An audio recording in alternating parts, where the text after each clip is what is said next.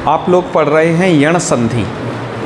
यण संधि में आपने जितने भी कार्य शुद्धि उपास्य में होते हैं ये सब के सब पढ़ लिए हैं। एक बार सबका रिवीजन कर लेते हैं फिर आगे बढ़ते हैं, ठीक है। तो सबसे पहले तो आपको मूल रूप से ये समझना है संधि में कि ई को य करना, ऊ को व, री को र और ली को ला। शर्त एक ही है कि अच परे हो, असमान। असमान मतलब ई से ई परे न रहे, बस ऊ से ऊ परे न रहे, तो ये संधि की शर्त पूरा काम करेंगी, ठीक है। आज हम इसका अभ्यास भी देखेंगे। ये सूत्रों के प्रकार हैं। उसके बाद शास्त्रीय विधि से इसको घटाने का तरीका ये है कि ये दोनों सूत्र तस्मिन्निति और स्थानिन्तरतमः परिभाषा, ये दोनों परिभाषा सूत्र हैं और ये विधि सूत्र का सहयोग करते हैं। तस्मिन्निति तो जहाँ पर सप्तमी विभक्ति देखता है जिस विधि सूत्र में, जैसे यहाँ इको एड़ची के अची में वो सप्तमी विभक्ति को देख रहा है, तो यहाँ पर दो पद गिफ्ट कर देगा वो, एक तो अव्यवहितस्य और एक कर देगा पूर्वस्य। इसी तरीके से यदि कोई से भी सूत्र में प्रसंग बन जा रहा है, प्रसंग मतलब एकस्य स्थानिनः स्थाने बहूनाम आदेशानां प्राप्ति ही प्रसंगः, जहाँ एक स्थानीय के स्थान पर बहुत सारे आदेशों की प्राप्ति हो जाए, जिस विधि सूत्र में ऐसी कंडीशन बन जाए, चाहे वो इको एणची में बन रही है यहाँ पर कि एक इकार के स्थान पर चार चार यण की प्राप्ति, या फिर ये कंडीशन आगे झलाम जस झसी में बन रही है, एक झल के स्थान पर है अनेकों जसों की प्राप्ति, तो ऐसी कंडीशन जहाँ पर एक वर्ण के स्थान पर अनेक वर्ण हो रहे हैं, तो वो कहा जाएगा कि वहाँ पर प्रसंग है। और प्रसंगे सति सदृशतम आदेश, प्रसंग होने पर सदृशतम आदेश होगा। ये दोनों प्रकार के परिभाषा सूत्रों की कंडीशन इको एणची में बन जा रही है, इसलिए इस सूत्र का ऐसा अर्थ कर लिया जाएगा अचः अव्यवहित पूर्वस्य एक स्थाने अंतरतमो यणादेशः भवति संहितायाम विषय। इस अर्थ की यदि संघटना करें सुधि उपास्य में, उपास्य का ऊ अच परे है, तो अचः अव्यवहित, अच से अव्यवहित पूर्व इकार है इक, उसके स्थान पर अंतरतम यणादेश होगा। अंतरतम क्या होगा इनमें से, तो इकार के स्थान पर यकार हो जाएगा। यहाँ की कंडीशन में देखिए, क्योंकि ई का उच्चारण स्थान है तालु और यह वरल में से तालु है यकार। यण संधि की कहानी यही समाप्त हो जाती है। आगे के काम तब होंगे जब इनकी कंडीशन हमेशा घटेगी तब। जैसे ये द्वित्व विधि है, अच से परे यर को द्वित्व होता है यदि अच परे न हो। जैसे अच से परे यर, तो सु का ऊ हो गया अच, उससे परे यर है ध, पुनः अच परे नहीं है य, इसलिए इस धा को द्वित्व हो जाएगा। द्वित्व मतलब दो बार उच्चारण करना। तो हमने ऐसा कर दिया तो सु ध ध य उपास्य, ये कंडीशन हो गई। अब आगे वाली भी कंडीशन तभी घटेगी जब कहीं ऐसी कंडीशन बने। इको एणची की कहानी मैंने बताया बस उतने पे ही समाप्त है। यण संधि का जो उदाहरण, झलाम जस झसी, सूत्र का अर्थ होता है झलाम स्थाने जस स्यात् झसी परे। झल वर्ण स्थानीय के रूप में होंगे, उसके स्थान पर जस आदेश होंगे और निमित्त होगा झस प्रत्याहार के वर्ण परे, यानी कि वर्ग के चतुर्थ और तृतीय वर्ण जब परे होंगे। ऐसी कंडीशन द्वित्व होने के बाद यहाँ बन जा रही है। ध में पहला वाला ध झल हो गया, दूसरा वाला ध झस परे मिल गया, देखो ध इधर आया है, ये झस परे मिल गया। तो प्रथम धकार के स्थान पर जस कर लेते हैं दकार, तो क्या बन जाएगा सु द ध य। समझ रहे हो ना? कोई मन में प्रश्न तो नहीं है इस कार्य को करने के बाद? कुछ लोग कहते हैं कि यहाँ पर इस धा को दा क्यों नहीं होता, इस धा को तो दा कर लिए हैं, इस वाले दा को भी धा हो जाए, वो धा को दा हो जाए। तो उसके लिए शर्त यही याद रखना, झल में तो ये ध आ जाएगा, आगे जब कहते हैं झश परे हो निमित्त, झश नहीं मिलेगा, यह कहीं नहीं आता, यह हैवरट में निकल चुका है, तो इसलिए इस वाले को नहीं होता। सूत्र एकदम परफेक्ट पाणिनि जी ने बनाए हैं, जहाँ जिसके परे रहते जो कार्य का विधान किया जाता है उतने वर्ण परे रहते विधान करना है, अन्यत्र सूत्र जाता ही नहीं है। तो धकार को दकार करने के बाद सुद धय ये स्थिति बनेगी। इसके बाद संयोगान्तस्य लोपः यह विधि सूत्र है, अलुन्त्यस्य ये परिभाषा सूत्र है, जहाँ षष्ठी विभक्ति को अलुन्त्यस्य देखता है, कहता है षष्ठी निर्दिष्टस्य अंत्यस्य अलः आदेशः स्यात्। षष्ठी से निर्दिष्ट जो है वो अंत्य अल को होता है आदेश, तो इसलिए संयोगान्तम यत् पदम तदंतस्य, ये तदंतस्य जो पद का लाभ है ये इस परिभाषा सूत्र से हुआ है, इस विधि सूत्र को, है ना। तो संयोगान्तम यत् पदम, पदम कीदृशम स्यात्, संयोगान्तम पदम स्यात्। तो अत्र सुदधय इति पदम वर्तते और संयोगान्त पदम अस्ति ध, मतलब अन्ते संयोगः स्यात् पदस्य अन्ते। तो यहाँ संयोग है, ध और य दो का संयोग है, तो ये संयोगान्त पद हो गया। और तदंत उसका अंत वर्ण, उसका भी अंत वर्ण माने यकार है, इस या का लोप प्राप्त होता है। यण प्रतिषेधो वाच्य के द्वारा निषेध हो जाता है कि संयोगांत जो यण होते हैं उनका लोप नहीं होता, इसलिए इस यकार का लोप नहीं होगा। यदि इन वर्णों को मिलाएंगे तो ये कंडीशन बन जाएगी शुद्ध्युपास्य। ठीक है जितेंद्र जी, शुद्ध्युपास्य। एक बार जब द्वित्व नहीं होगा तो इस द को कम कर दो, शुद्ध्युपास्य मतलब जो अनचिचय सूत्र है वो द्वित्व विकल्प करता है। विकल्प शब्द का अर्थ क्या होता है, एक बार कार्य होना, मतलब एक उसकी कंडीशन है फिक्स कि एक बार वह कार्य होगा, एक बार नहीं होगा। ठीक है, विकल्प मतलब ऐसे समझ लीजिए, किसी से कहा कि अरे बाज़ार से जाकर के भिंडी ले आना, और उसे भिंडी नहीं मिली तो उसको एक विकल्प दिया जा रहा है कि भिंडी नहीं मिले तो लौकी ले आना। तो द्वितीय विकल्प प्रदान करना। यहाँ के विकल्प में क्या होगा, एक बार वह कार्य होगा, एक बार वह कार्य नहीं होगा। समझ रहे हो ना, विकल्प शब्द नया शब्द होता है नए अभ्यर्थियों के लिए। ये आपने उदाहरण देखा जहाँ ई के स्थान पर हमने यह किया, आगे ऊ के स्थान पर व का उदाहरण, री के स्थान पर र का उदाहरण, ली के स्थान पर ल का उदाहरण, ये क्रमशः हम और आगे पढ़ लेते हैं। इतना अभ्यास किए थे कि नहीं? मुझे आप में से एक ही ने वीडियो भेजा है बस, जो मैंने तरीका बताया था, राघव ने। मैंने बताया था ना कि आप जो यहाँ सीख रहे हैं, समझ रहे हैं, उसको आपको वीडियो रिकॉर्ड करना है ना। 2 मिनट 5 मिनट जितना आप अपनी बात को रख पा रहे हैं यहाँ से सीखने के बाद, तो जिससे मुझे करेक्ट पता चलता रहेगा कि नहीं आप लोग कितना सीख रहे हैं, और मुझे पर्सनली वो वीडियो भेजें। ये टेक्नोलॉजी का उपयोग कहा जाएगा। ठीक है, तो ऐसे करना है। भले ही आप 1 मिनट में उस बात को कहें, 2 मिनट में कहें, 3 में कहें, 4 में कहें, छोटे छोटे अपने वीडियो रिकॉर्ड करके भेजिए। हम देखेंगे कि कैसा आप समझ पा रहे हैं, वो ज़्यादा अच्छा होगा। मधु अरी, यहाँ पर ये अच परे है, ये इक है, दोनों के बीच में कोई व्यवधान भी नहीं है।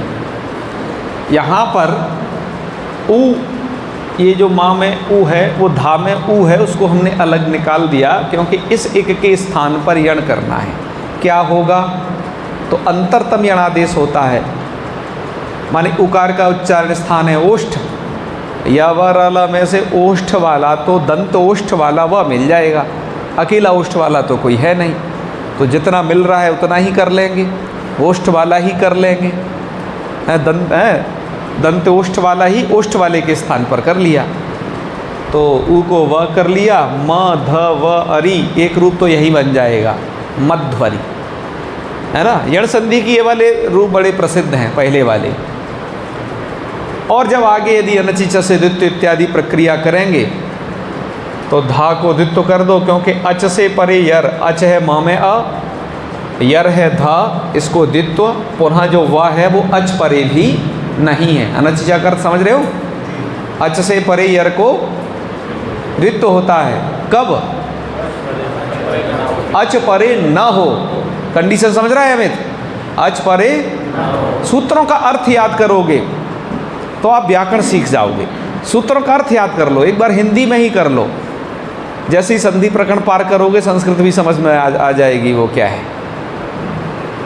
तो चलो द्वित्व कर लिया, तो म ध ध व अरी, अब धकार को वही झलाम जस झसी से धकार कर लेना, म द ध व अरी। अब यहाँ पर संयोगान्तस्य लोपः के द्वारा इस वकार का लोप प्राप्त होगा, यणः प्रच्छेदो वाच्य के द्वारा निषेध हो जाएगा, तो क्या बन जाएगा? मध्वरी। कहना आ गया कि नहीं है? क्यों बच्चों, कहना आ रहा है इस बात को, जैसे मैं कह रहा हूँ, जैसे मैंने आपको मध्वरी में सूत्र सभी घटा के बताए, इस तरीके से कहना आना चाहिए। ठीक है बच्चे, इसे कहना ऐसे सीखना है। चल आगे देख, धात्री अंशः, इधर है रिकार जो कि इक है, अंशः का जो आकार है वो अच परे है, इक अणचि की जो स्थिति है वो बन गई, इक के स्थान पर यण होना अच परे रहते।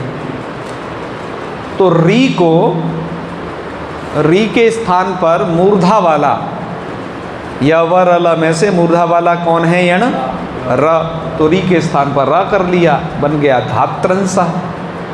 अब यहाँ द्वित्व करते हैं। द्वित्व जब हम करते हैं तो अच से परे यर को द्वित्व पुनः अच न परे हो, तो ता को द्वित्व हो जाएगा, स्थिति हो जाएगी धा त त र अंशः। यहाँ पर मैंने कहा सूत्र तभी घटेंगे जब उनकी कंडीशन होगी।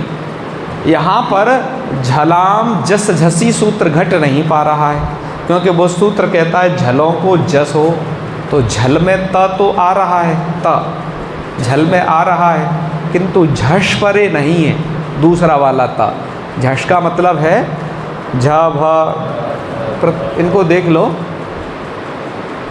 झश झ भ घ ढ ध ज ब ग ड द, ये वर्ण परे होने चाहिए। त तो इसमें कहीं आया नहीं, और यहाँ पर तो है आपके त, तो झस परे नहीं है, इसका मतलब वो सूत्र नहीं लगेगा। जो नहीं, जिसका अर्थ घटेगा वो नहीं लगेगा, नहीं लगा। संयोगान्तस्य लोपः से र के लोप की प्राप्ति होगी, यणः प्रच्छेदो वाच्य निषेध कर देगा। इनको जब मिलाओगे तो धात आधा त, त एंड र मिल के बन जाएगा त्र, और अम इसका उस पर मात्रा लग जाएगा, तो धात्रंसः, ऐसे ये बनेगा। समझ रहे हो? तो री के स्थान पर र का उदाहरण है। ऐसे ही ली के स्थान पर देखिए, ली प्लस आकृति, ये ली जो है स्वतंत्र स्वर है, ये ल और री नहीं है।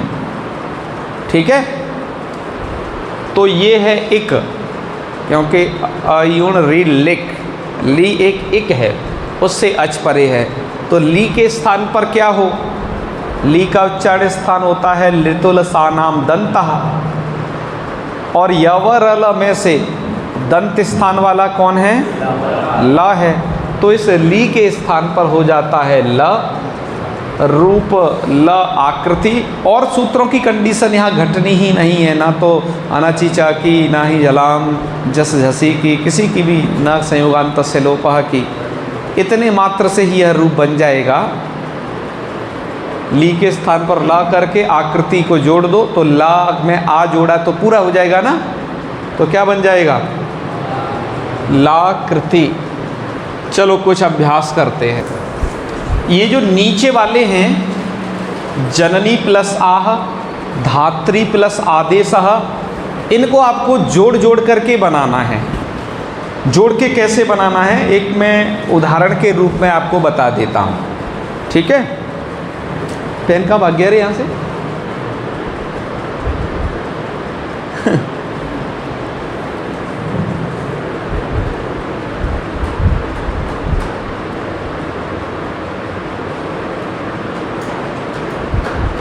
इसमें देखना है, इसमें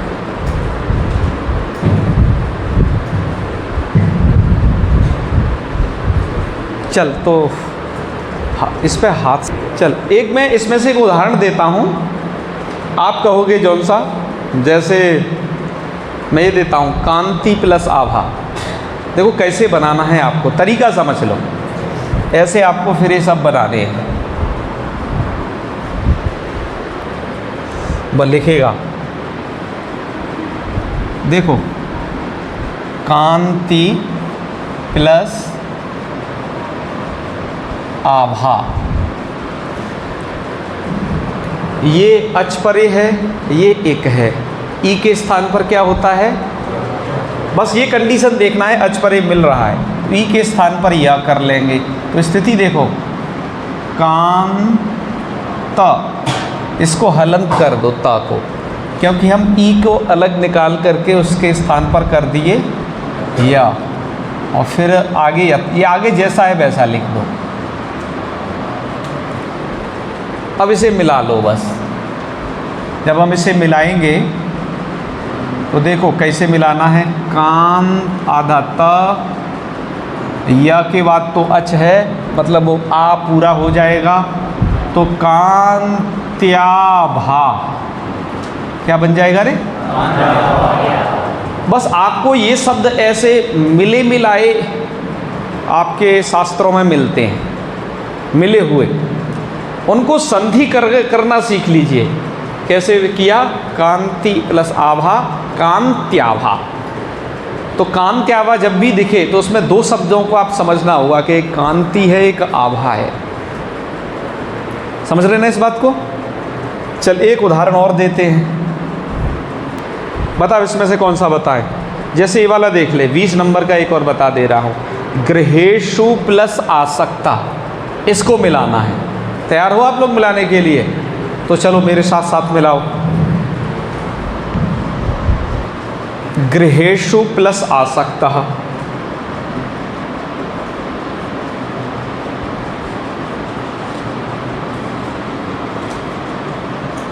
ये हो गया आसक्ता, ऐसे भी लिख सकते हैं। अब आपने देखा इस साइड में जो आपको वर्ण मिलना चाहिए ना हमेशा, वो कौन से मिलेंगे, एक मिलेंगे। एक माने प्लस से इस साइड में हमेशा ईयू रिलरी आपको रहेंगे, उनके स्थान पर आपको य व र ल क्रम से करना है। मतलब ई मिल जाए तो उसको य, ऊ मिल जाए उसको री, मिल जाए उसको ली। के उदाहरण बहुत कम होंगे रे, एक आध आगे आ गया, समझे, उसको ल कर देना यदि हो तो। ये 3 का ज़्यादातर अभ्यास करना है। तो देख गृहेषु आसक्ता, बता यहाँ किसको क्या हो जाएगा, ऊ को वाह हो जाएगा ना। तो देखो करना सीखो, गृहेषु। अब हम उसे ऊ निकाल रहे हैं, इसका मतलब अच निकाल रहे हैं, तो इसे हल कर लो, श को हल कर लिया, और ऊ के स्थान पर वह, केवल वह होता है, उसमें कोई स्वरवर नहीं रहता, शुद्ध वह व्यंजन। ठीक है, जब भी शुद्ध व्यंजन हमें लिखना होता है तो उसको हलंत लगा के लिखना चाहिए, उससे उसमें ये पता रहता है कि इसमें कोई स्वर नहीं है, समझे। आसक्ता को यथावत लिख दो, क्योंकि ये संधि इस साइड में ही होती है केवल, बस। आसक्ता ऐसे भी लिख सकते हैं, दोनों ही तरीके हैं लिखने के। अब जब हम इसे मिलाएंगे तो देखो कैसे क्या क्या मिलकर बनेगा, ग्रहे श्वा, देख आधा सा वा में मिला आ, समझ रहा है धन प्रसाद, वा में मिला आ, ग्रहे स्वा शक्ता, ऐसे भी मिला सकते हैं। मिल गया, मिलाओगे ना अब? तो चलो फटाक से एक तुम्हें मिलाना होगा। अब पहुंचते हैं इधर सीधे।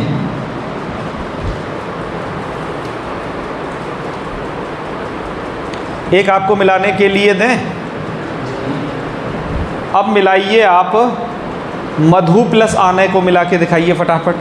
कौन मिलाता, कौन जो है बनाता है, मैं देखता हूँ सबसे जल्दी। मधु प्लस आने का क्या मिलके बनेगा? चलो इन्हें मिलाने दो। मिला लिया है ना? दिखाओ बच्चा, एक बार दिखा दो जल्दी से इधर ही। तो चलो आप लोग समझ गए ना? त और र मिला के बनेगा त्र। जैसे ये देखिए, जैसे आपको एक उदाहरण दिया गया था पितृ प्लस आज्ञा। बहुत सारे बच्चों को इसमें कन्फ्यूजन हो रहा है। री को र करना है आपको, ठीक है? तो पी त री को र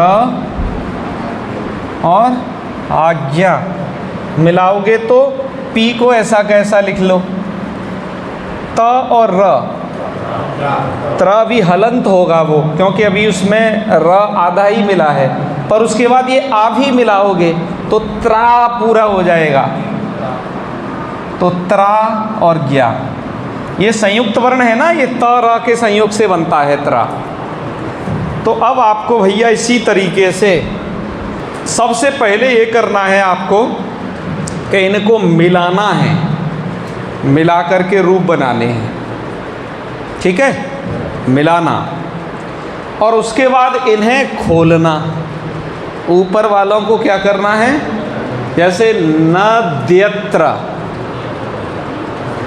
असली परीक्षा तो इसमें होगी, नद्यत्र। तो इसको तुम खोलना कैसे, उसका भी एक तरीका बता के फिर छोड़ते हैं। देखो ये है आपका नद्यत्र, ऐसा ही शब्द है ना, मतलब यहाँ पर आप ये समझिए ये द्य बनता है द और य से। यस का मतलब ये य जो है ई का रूप था। ई छोटा भी हो सकता है, बड़ा भी हो सकता है, ठीक है? ये ई, ये किसका रूप था? ई का रूप था।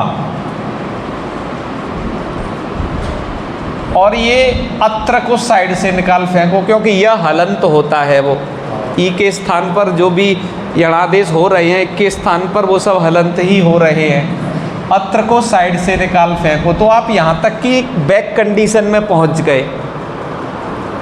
माने कि ये कुछ ऐसा है, न द और या तो ई के स्थान पर हुआ है, तो मतलब ये नदी है। और इधर वाले को सेम टू सेम लिख दो, इधर वाले में तो एड़ संधि में कार्य होता ही नहीं है, समझे? अच्छा, ये शब्द ऐसा नहीं होता नदी, हालांकि छोटे ई को भी यही होता है, बड़े ई को भी यह होता है, पर हमें वो कॉमन सेंस का यूज करके लिखना पड़ेगा। आपको पता चल के ये शब्द वास्तविक है क्या, ये छोटा वाला ई है या बड़ा ई है, छोटा ऊ है कहीं किसी शब्द में या बड़ा ऊ है, तो जो है ये वाला नहीं होगा। नदी अत्र, तो नद्यत्र का संधि विच्छेद कर पाओगे ऐसे? उनका अभ्यास करना, और जो आप अभ्यास करें उसे मुझे चेक करा लेना, ठीक है? चलिए, हर हर महादेव सभी को पहुँचिए।